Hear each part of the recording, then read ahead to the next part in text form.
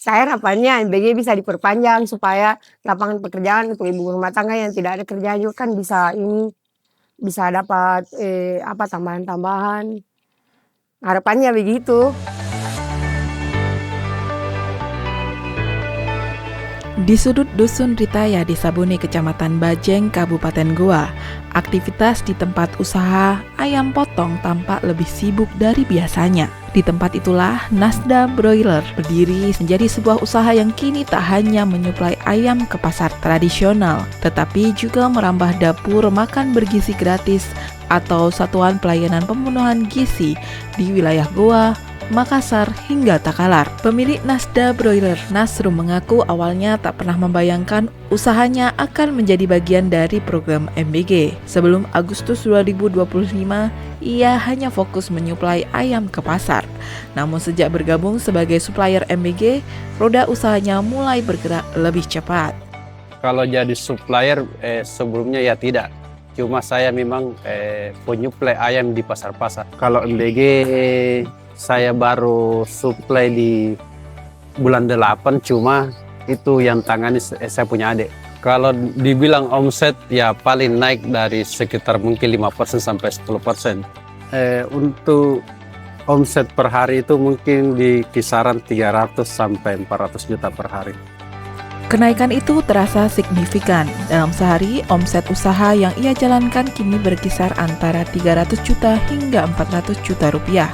Bisa dikatakan naik hingga 15% dari sebelumnya menjadi supplier dapur MBG. Nasda Broiler mampu memasok hingga 70 ekor ayam.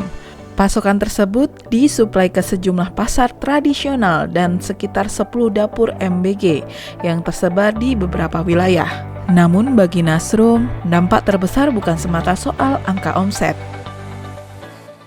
Kalau dampak MBG ini ya alhamdulillah, karena dari sebelumnya mungkin saya butuh karyawan 2-3 orang. Sekarang ya alhamdulillah dengan adanya program MBG ini, ibu-ibu rumah tangga di sini sudah dapat pekerjaan supplier ayam. Karena yang di sini rata-rata yang bantu memotong ini ibu-ibu rumah tangga.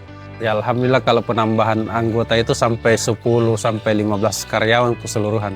Salah satu yang merasakan dampak itu adalah Endang Suryana, perempuan 37 tahun yang tinggal tak jauh dari lokasi usaha. Sebelumnya, ia hanya mengurus rumah tangga tanpa penghasilan tetap. Kini, ia menjadi bagian dari tenaga kerja di Nasda Broiler. Ya, alhamdulillah juga karena sudah ada tambahan-tambahan ini tuh, kerja begini sebagai peluang juga tuh, usaha-usaha untuk ibu rumah tangga yang tidak ada kerjanya. Tambahan-tambahan biaya tuh, bantu-bantu juga suami. Pemakan misalnya kita kerja 3 dapur dalam 1 hari kan lumayan.